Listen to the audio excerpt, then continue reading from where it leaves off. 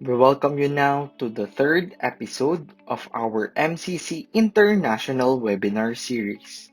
This is brought to you by the Mabalacat City College, Office of the Vice President for External Affairs, and the Institute of Arts, Sciences, and Teacher Education. On today's episode on molecular parasitology, our speaker is Mr. Rafi J. Fornillos.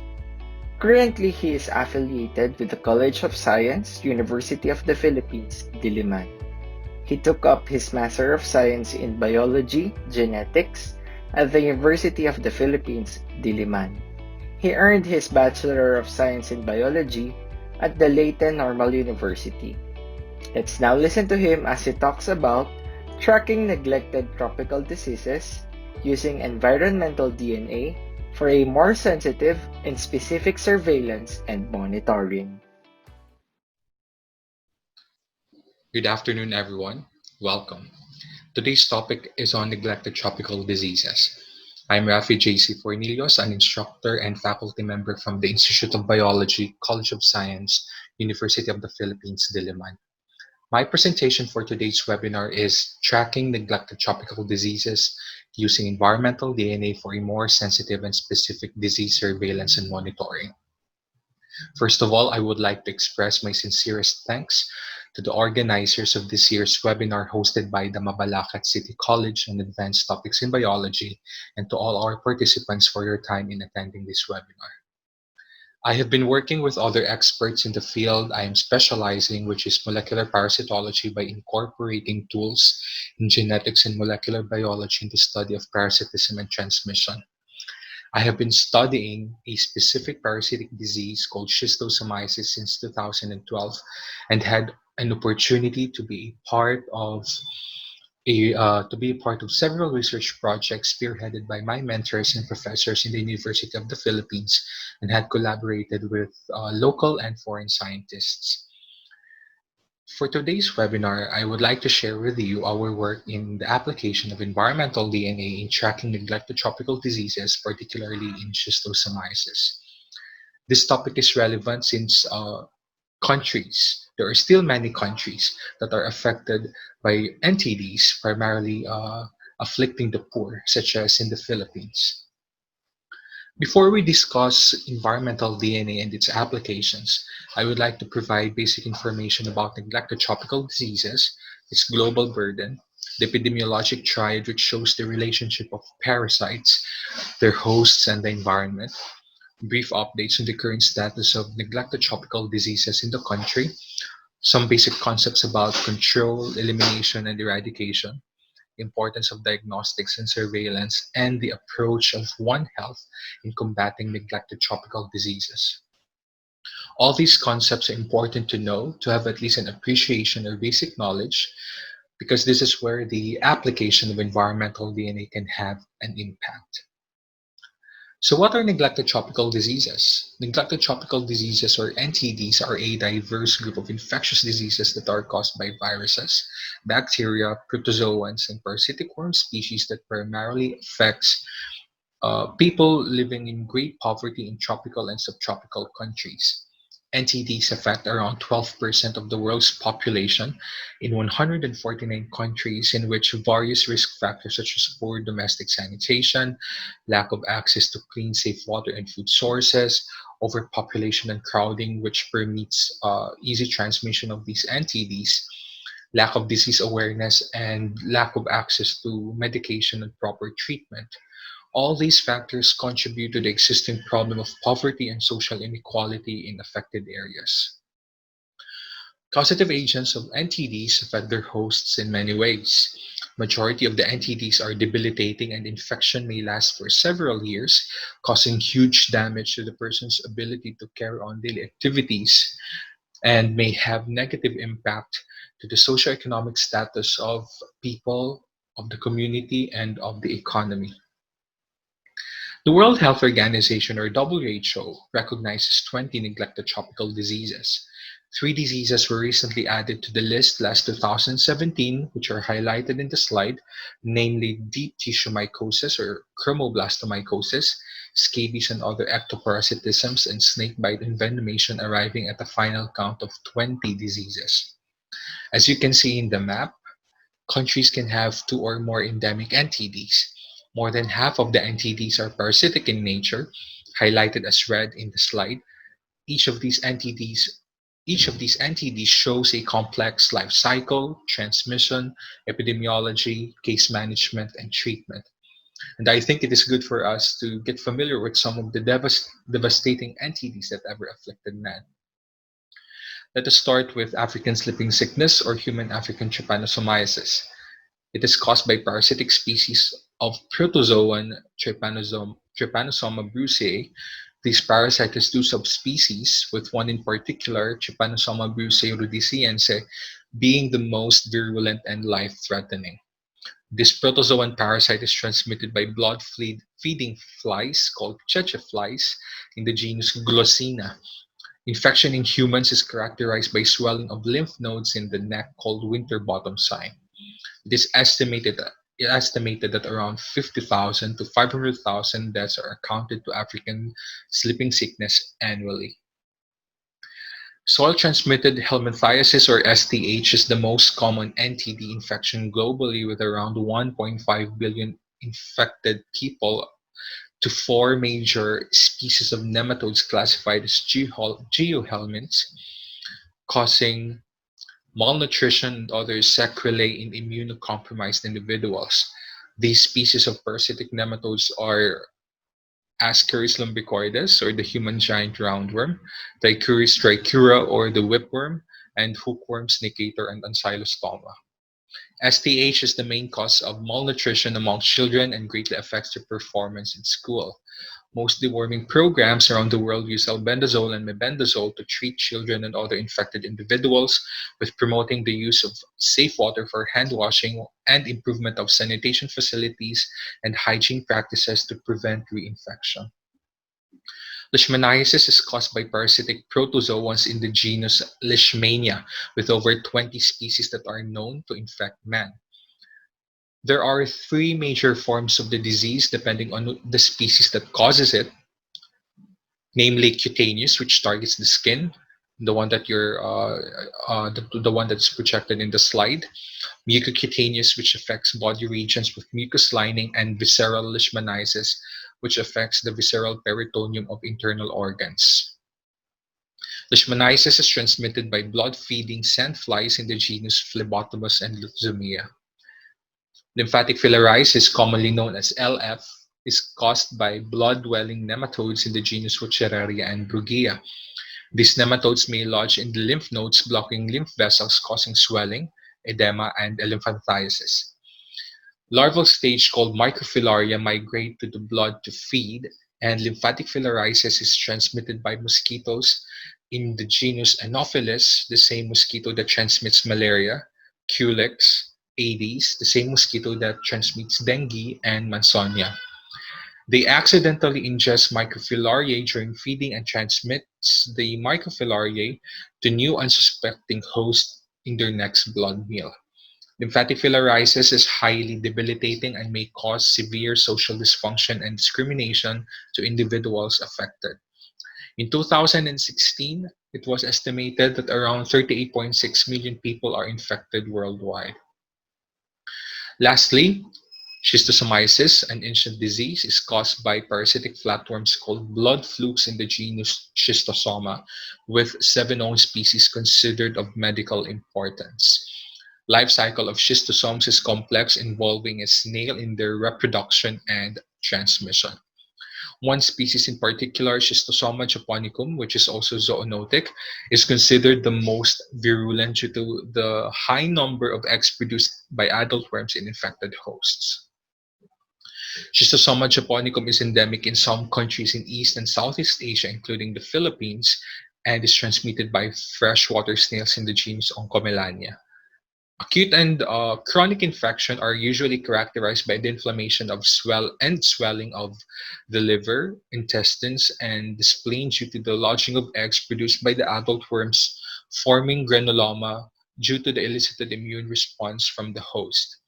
Schistosomiasis ranks second to malaria in terms of percent morbidity and mortality caused by a parasitic infection. So these are just some of the most devastating NTDs that is continually causing significant morbidities and mortalities annually worldwide. To continue, so why neglected tropical diseases termed as neglected? NTDs are contrasted with the three big infectious diseases, namely malaria, HIV or AIDS, and tuberculosis, which receives greater treatment and research funding. This can be associated with the chronicity of most NTDs, wherein life threatening complications may take several years to manifest, making it not a top priority for immediate control and treatment. But nowadays, efforts in control, elimination, and eradication, and paired with increase of awareness to NTDs, are strengthened by implemented control programs in countries concerned and with initiatives with the WHO in partnership with local and global non-government organizations. Since neglected tropical diseases are infectious in nature, what makes a disease persist in a person or population over time? Persistence of infectious diseases are primarily associated with three major factors, namely presence of a pathogen, such as a parasite, a host, and the environment. A vector or intermediate host transmits the parasite between hosts. This intertwined, highly interdependable relationship is the backbone of studying epidemiology of infectious diseases called the epidemiological triad. A parasite is highly dependent with its vector and host. Without it, it cannot propagate and survive. A vector is any entity that transports the parasite between hosts. An example of these diseases are dengue, chikungunya, filariasis, West Nile virus, and malaria. All are transmitted by mosquitoes. Meanwhile, an intermediate host is a host that supports the development of a parasite from one life stage to the next, from an uninfective to infective larval stage, for example. Parasites develop sexually inside their intermediate hosts to increase the chance of infecting another definitive host once they are released in the environment. Trematodes or blood flukes usually exhibit this kind of complex life cycle, wherein their intermediate hosts may also serve as vectors since they carry the parasite with them. The epidemiological profile of an infectious disease depends on the virulence of the parasite, the susceptibility of the host, and how favorable environmental factors are to permit transmission. Virulence is usually an intrinsic property which can be traced down to the parasite's genome. Parasites may have virulence genes, which are used to produce functional or structural protein products for immune evasion and to establish a stable infection. Susceptibility of hosts highly depends on how well equipped or adapted their immunity against the parasite. Aside from the molecular mechanisms of evasion and infection, broader ecological interactions may or may not permit infection depending on how optimized the interaction of a parasite to its host in an organismal and ecological level. For parasitism, the host, the dependence of a parasite to its host is sometimes specific and may indicate potential coevolution. Vectors and intermediate hosts are necessary to ensure transmission in a favorable environment. For example, in Schistosomiasis japonica, schistosomiasis caused by Schistosoma japonicum, several factors should come into place to ensure transmission, such as presence of the parasite itself, the correct species of snails that Schistosoma japonicum is utilizing as an intermediate host, presence of reservoir hosts because it's zoonotic, such as carabaos and dogs, and of course their definitive hosts, such as humans. The Philippines, being a tropical country, has its share of neglected tropical diseases. Out of the 81 provinces of the country, a province is at least endemic to one NTD, and others may be endemic for two or even more of these diseases. Moreover, six NTDs are considered of public health importance. Let's start with lymphatic filariasis or LF. The species endemic in the Philippines is Wuchereria bancrofti. Since 2009, out of 46 filariasis endemic provinces, the number of provinces that has eliminated LF has increased so that by 2015, 76% are already free of the disease, and by 2019, only 4 provinces remain endemic for lymphatic filariasis. For soil-transmitted helminthiasis, results of the National Prevalence Survey of the Research Institute for Tropical Medicine, or RITM, of the Department of Health reported a cumulative prevalence of 28.4% among school-age children, with a prevalence range between 7.1% and 67.4%. Intensification of mass drug administration in schools and communities is recommended since figures exceeds the threshold set by the World Health Organization, which is less than or equal to 20%. Schistosomiasis is endemic in 28 of the 81 provinces. Endemicity is associated with the presence of the snail Oncomelania hupensis quadrasi, which sustains transmission in freshwater bodies. As of 2012, the Department of Health reported 10 high endemic provinces, moderately endemic at 6 provinces, and low to near elimination status of 12 provinces. Despite the availability of an effective vaccine, rabies remains to be a significant public health in the Philippines, though significant gains are achieved as a result of intensified campaign for vaccinations in humans and animals. Rabies elimination activities have been effective that by 2011, only 5 regions out of 16 remained with the highest number of rabies cases. In a period of 7 years, from 2010 to 2017, the number of rabies-free provinces and municipalities increased from 3 to 49. Foodborne dermatitis, or FBT, just gained traction with the call of the World Health Organization to determine prevalence and distribution in the country as part of the plan to eliminate NTDs by 2015. With this call and intensified prevalence surveys to detect active cases, validation of previous data from different sources, and providing baseline information to estimate magnitude of FBT problem in the Philippines are needed. Meanwhile, leprosy is a disease caused by bacteria Mycobacterium leprae, the same genus of bacteria that causes tuberculosis.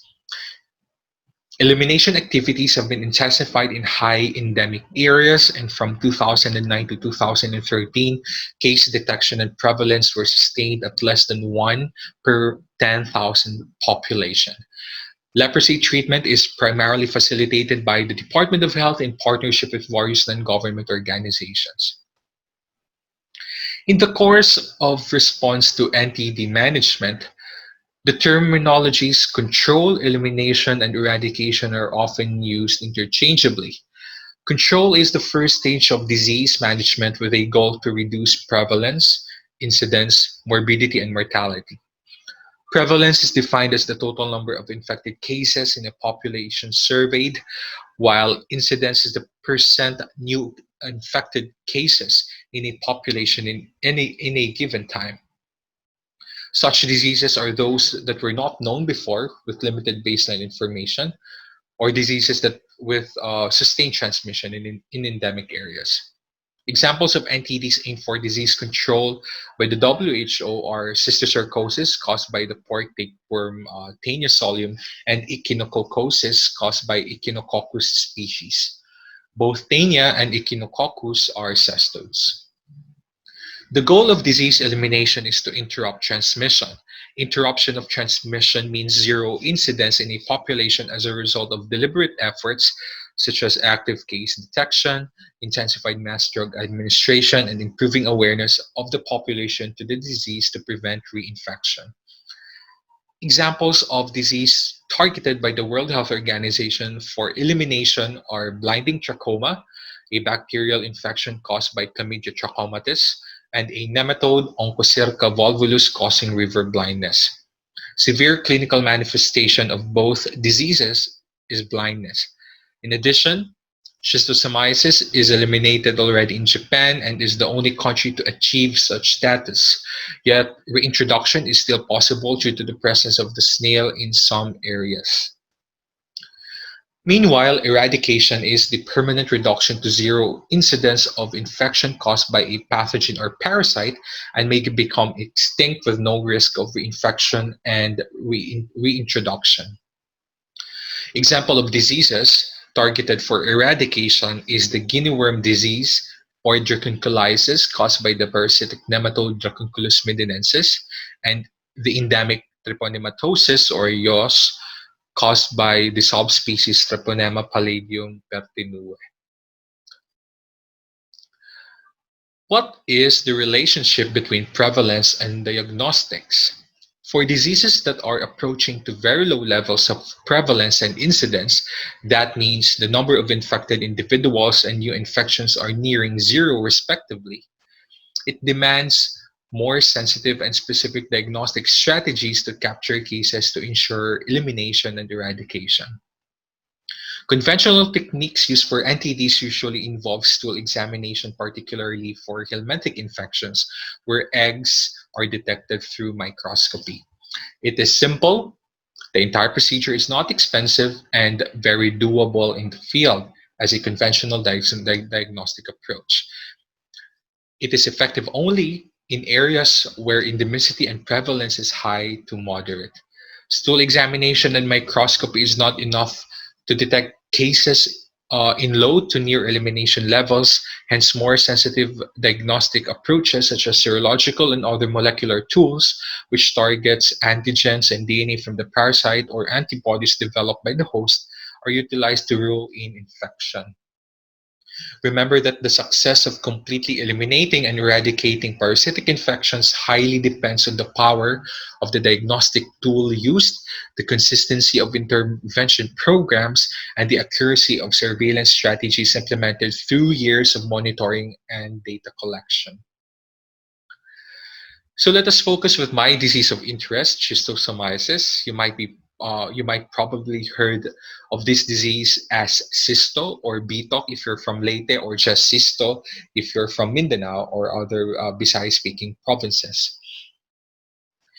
As what has been mentioned earlier, this disease remains to be a significant public health threat in the country where 12 million people, Filipinos, are living in endemic areas and 2.5 million are directly exposed to infection.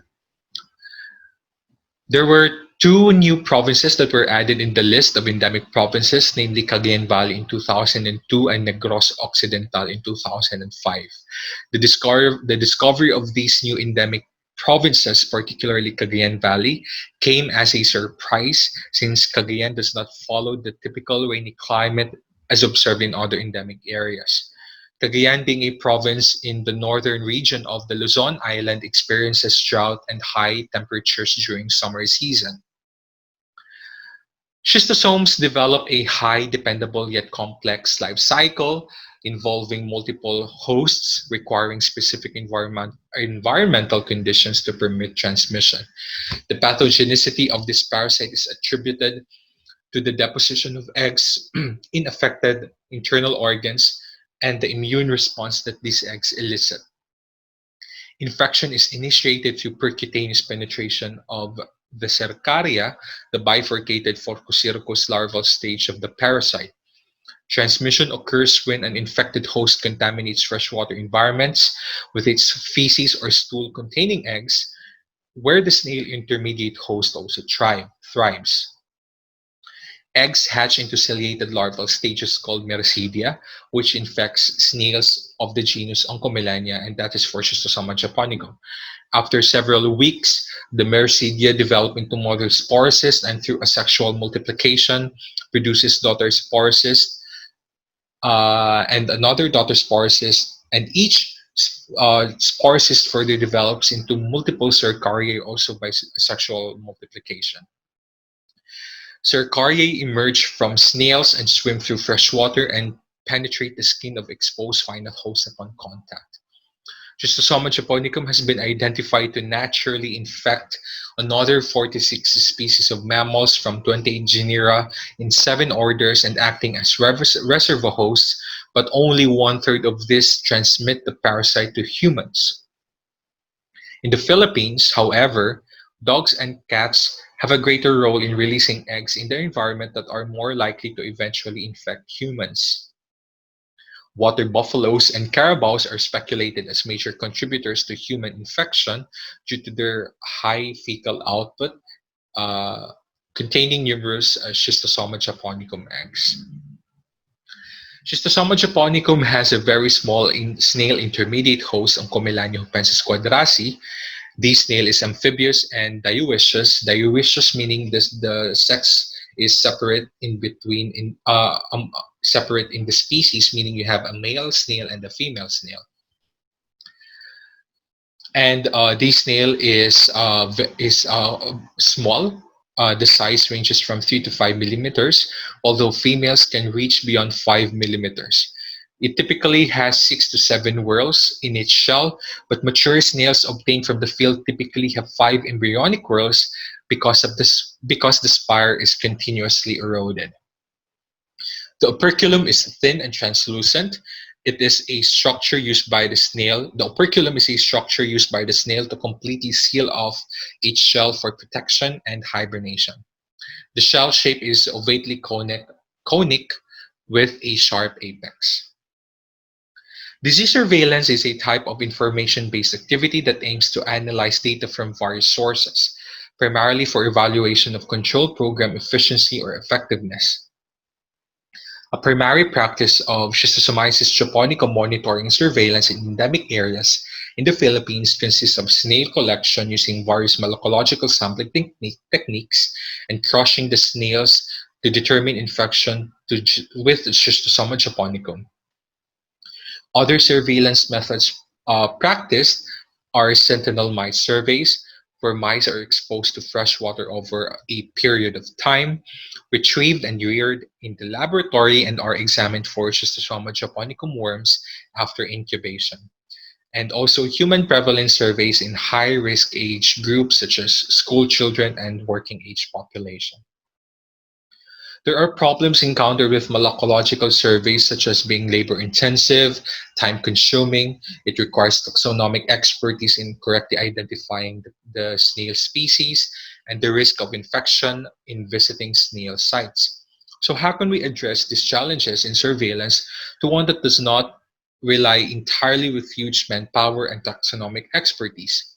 This can be done with the use of environmental DNA.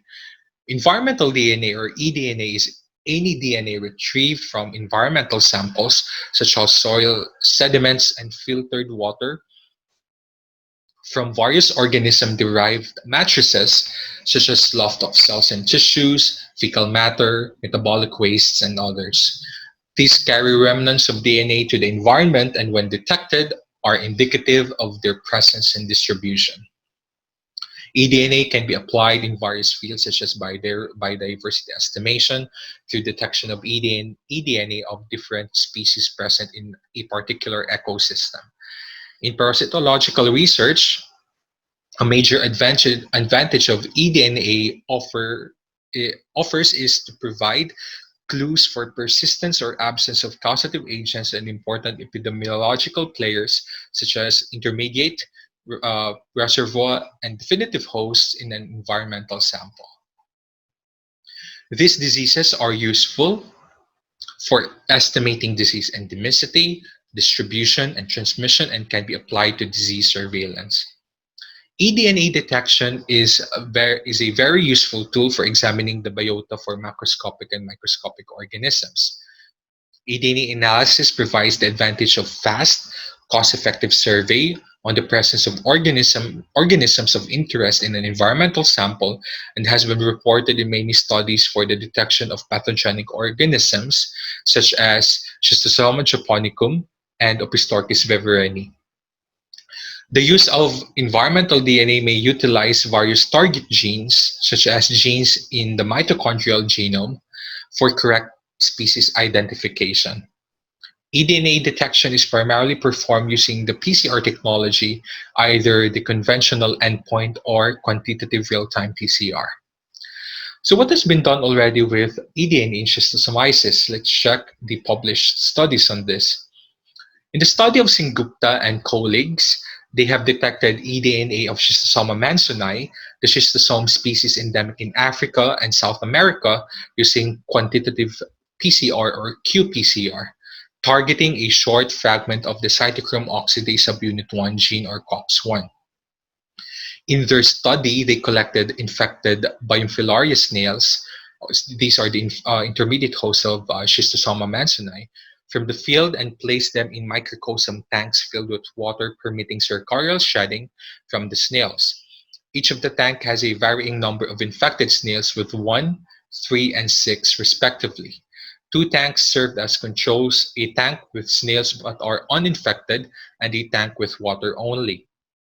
The tanks were maintained for 28 days, and the experiments correlated the number of Schistosoma mansoni copies detected from water to the number of days the eDNA is detectable upon removal of snails from the microcosm tanks.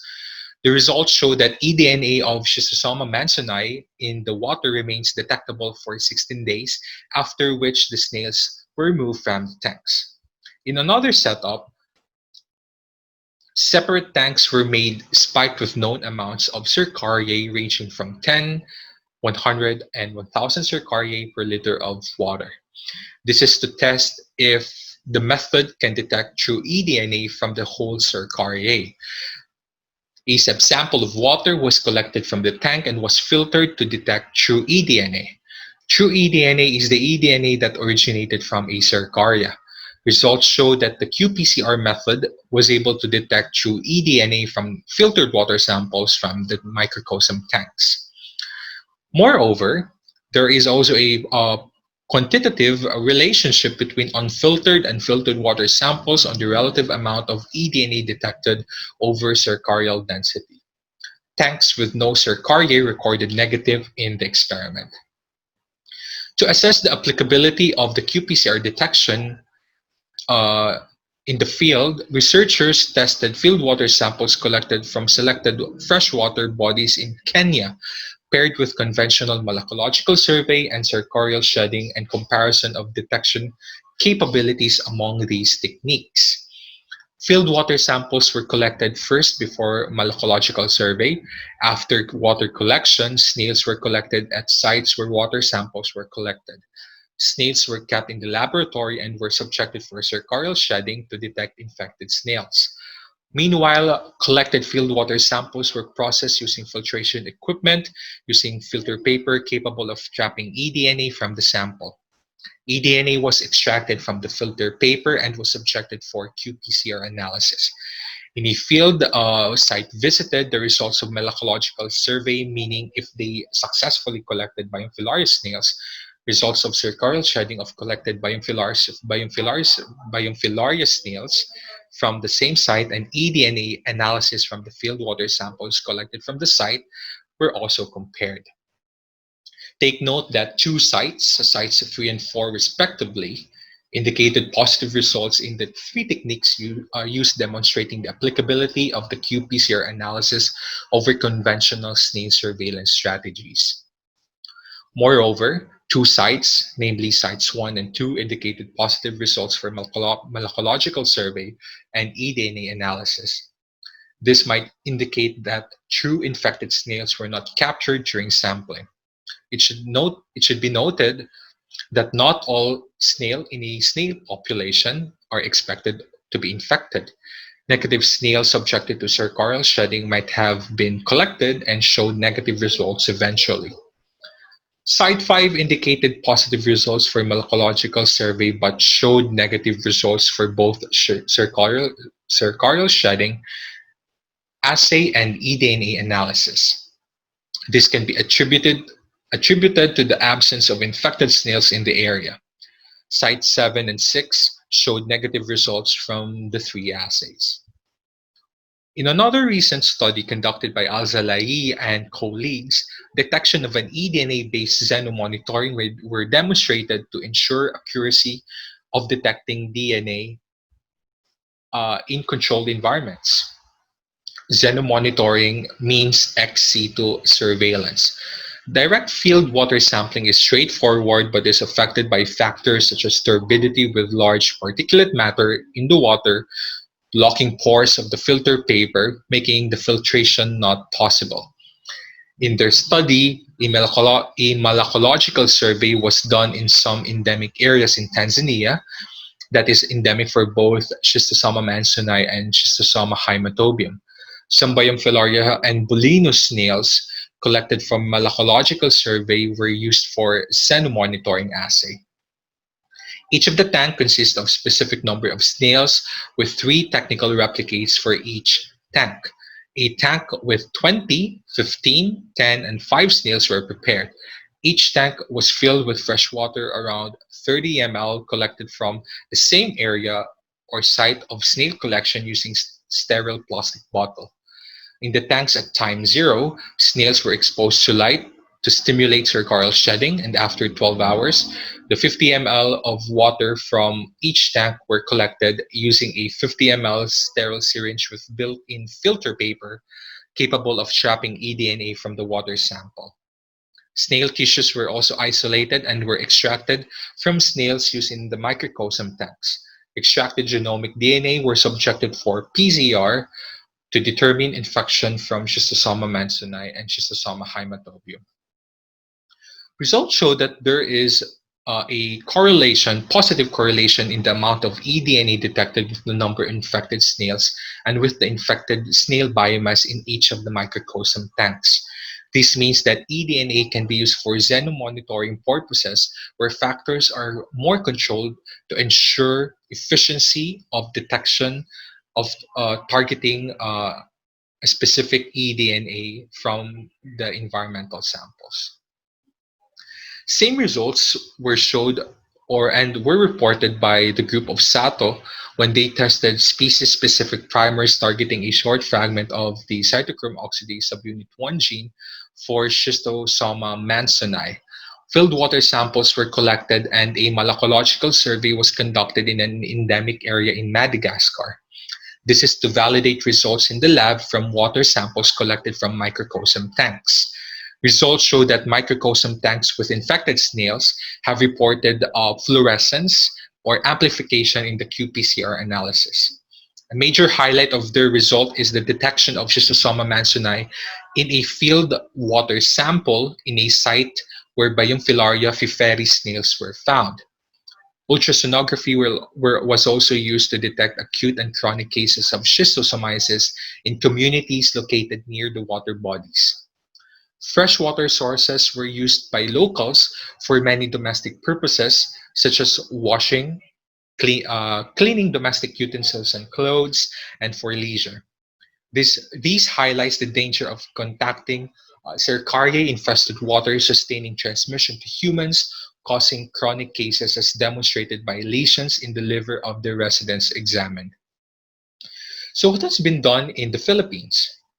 Applicability of environmental DNA in the detection of parasites using environmental samples is still in its early age of exploration. Our group in the University of the Philippines, in collaboration with some universities in Japan, has provided the proof of concept experiments in the usefulness of eDNA in tracking Schistosoma japonicum and its snail intermediate host, Oncomelania hopensis quadrasi. Our experiments generally follow the same procedures and research design in detecting Schistosoma japonicum eDNA in microcosm tanks and in the field as previously reported from published studies. Species-specific primers targeting a short fragment of the cytochrome oxidase subunit 1 gene were designed specific for the parasite and the snail intermediate host. Detection of Oncomelania hopensis quadrasi has not been demonstrated before in the Philippines. Since the snail is small and hard to see in the field, it is also reasonable to explore the utility of environmental DNA detection for these snail species. Water samples were used and were filtered, eDNA were extracted and isolated, and were tested using qPCR following the Tachman system wherein a probe sequence was added to increase specificity of detection. Several barangays or villages in three provinces, namely Northern Samar, Leyte, and Compostela Valley, were sampled. Primer blast in NCBI was used to test the designed in silico primer to test the primers in silico for both Schistosoma japonicum and Oncomelania cupensis quadrasi. To further validate the specificity of the designed primers, a set of non-target genomic DNA samples were tested in an endpoint PCR under an optimized temperature conditions with the primers designed, uh, tested in genomic material samples from non-target organisms such as Limnea, Pomacea canaliculata, and Melanoides. All all these snail species share the same habitat where Oncomelania hopensis quadrasi thrive. Schistosoma japonicum was tested to another trematode species, Fasciola. All non-target genomic DNA samples yielded negative results, while target gDNA samples showed amplification of the correct size of the target gene. To further ensure accuracy of amplification, amplified products were extracted from the gel and were sequenced. Assembled sequences were subjected to blast and yielded expected species result. This figure shows the amplification plots of recorded target gDNA samples, laboratory samples, and fieldwater samples drawn in triplicates. gDNA samples were expected to peak first since the samples is purely extracted from the tissue of the target organism itself. In an effort to collect Oncomelania hopensis quadrasi snails free of infection, our team visited a closely monitored site in Leyte where zero infection rate was recorded over a series of malacological surveys performed in the past as source of snail DNA for the microcosm tanks. Surprisingly, when the water was analyzed for eDNA analysis through qPCR, some of the tanks have recorded positive infection to Schistosoma japonicum, indicated that some snails might have shed cercariae while during the experiment. All tanks, regardless of snail density, showed positive amplification in the triplicate qPCR analysis performed. Tanks with no snails recorded negative results. For field water samples were collected from the same sites where malacological survey was performed as the reference technique. It was noted that some sites that were reported to have no snails recorded positive in the qPCR analysis. Moreover, there were also sites, despite intensive efforts in searching for snails, showed positive results for Schistosoma japonicum in the water samples in qPCR analysis performed. This indicates that Schistosoma japonicum eDNA might originated from another source or from a snail site upstream of the sampled area that is continuously shedding cercariae and were transported to the sampled area via water flow. Additionally, snail sites where Oncomelania hopensis quadrasi snails were found and collected showed positive results to Oncomelania hopensis quadrasi eDNA using qPCR detection. Detection of infected snails were done through snail crushing. Some areas with collected infected snails showed positive qPCR results for Schistosoma japonicum, suggesting the presence of the parasite in the area sampled, uh, so, probably in a form of Mericidia, Cercaria, eDNA from eggs, or free eDNA released from Schistosoma japonicum in Oncomelania hopensis quadrasi infected snails. qPCR analysis was compared with conventional assays and have reported a detection rate of 25% for sites with no snails observed, 85.7% in sites with snails observed, and 60% in sites with infected snails for the detection of Schistosoma japonicum. Due to the amphibious nature of Oncomelania hopensis quadrasi, our team also explored the applicability of using soil samples in detecting the snail in areas where drought is experienced. Our team visited the municipality of Gonzaga, Cagayan to gather soil samples and were processed in the laboratory for extraction of eDNA. Malacological survey was performed to compare results with the endpoint PCR and qPCR analysis of eDNA extracted from the soil samples. Sampling collection points were also recorded and were mapped using QGIS, a mapping software. In this figure, efficiency of endpoint PCR is lower than qPCR. In the 81 sites visited for soil collection, 81.5% were detected to be Oncomelania hupensis quadrasi positive using qPCR, while conventional endpoint PCR only detected 3.7%. Results from the malacological survey in actual snail sites, or ASS, and potential snail sites, or PSS, were compared with the results of the qPCR analysis. ASS are sites known to have snails based on previous surveys, while PSS are sites that were not explored prior to the survey, which may harbor snails due to the same ecological characteristics shown by the site with the ASS. In this figure, qPCR was able to efficiently detect snail eDNA from all ASS and PSS in Purok or Zone 4 of Barangay Magrafil, while in Tapel, 83.33% of PSS and 100% of ASS were positive to the snail eDNA. Meanwhile, qPCR wasn't able to detect any eDNA from the soil samples detected from ASS, while only 50% of the samples collected from PSS were positive to snail eDNA in sites visited in Purok 5 in Tapel. We hypothesize that this can be attributed to soil inhibitors present in some of the samples or sampling errors not capturing locations where eDNA of the snail might be present.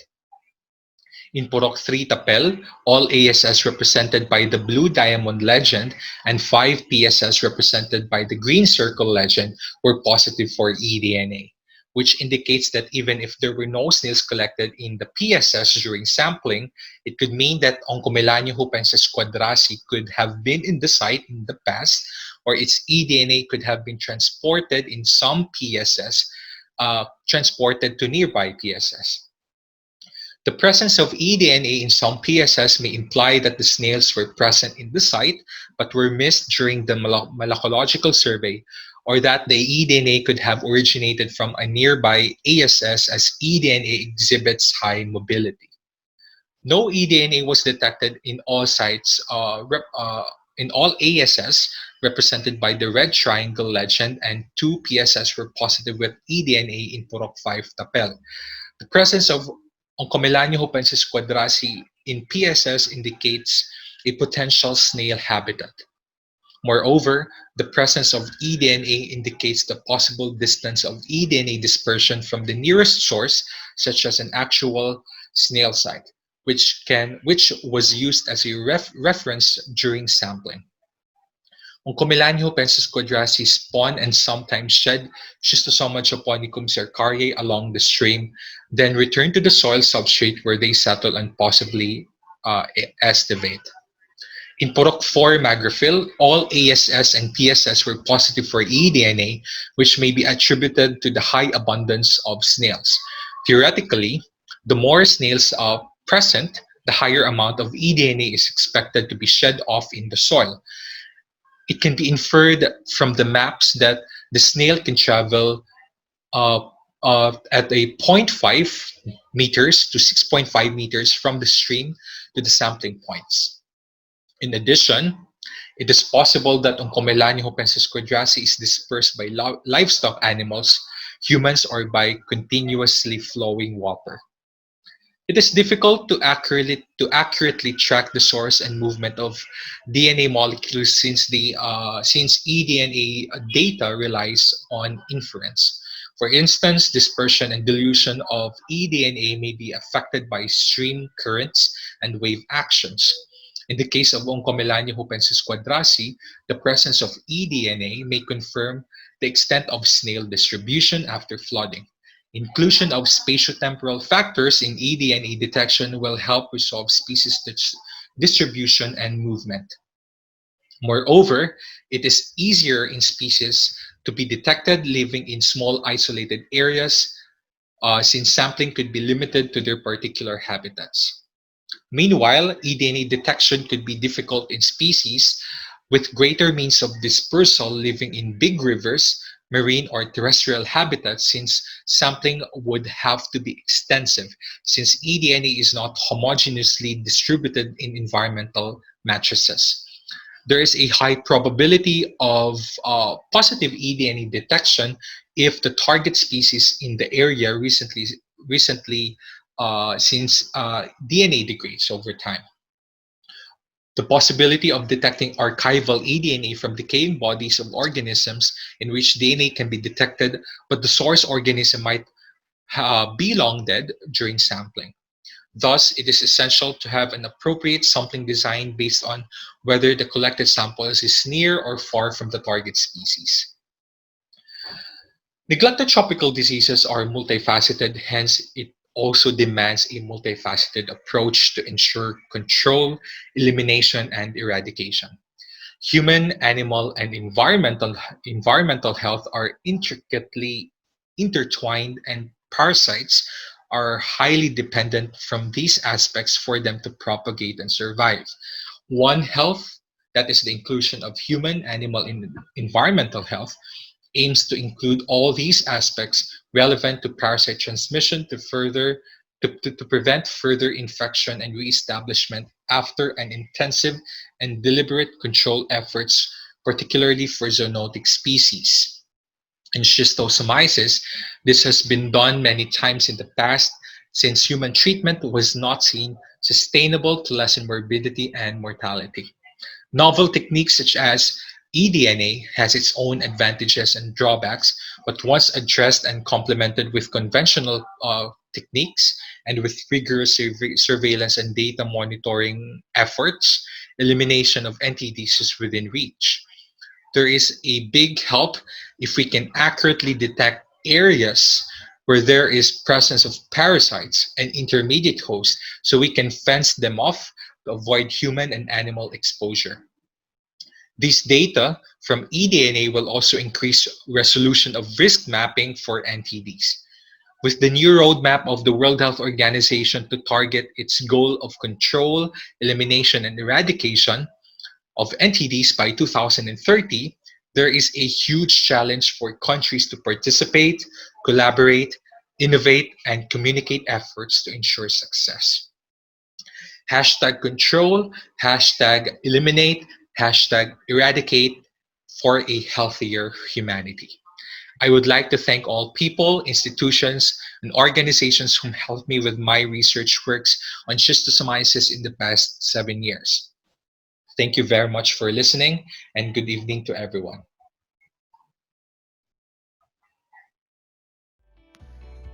On behalf of the MCC OIC President, Honorable Crisostomo C. Garbo, and the Chief Administrative Officer of MCC, Ms. Michelle Aguilar Ong, we would like to thank Mr. Rafi J. Fornillos for sharing his time and expertise as our resource speaker for today. And for the last part of our webinar episode for today, to our registered participants, please answer the online evaluation and feedback form within today, August 15, to receive your e-certificate. The form will be closed at 12 midnight of August 16. We thank you for your usual support and we hope to see you again. Thank you.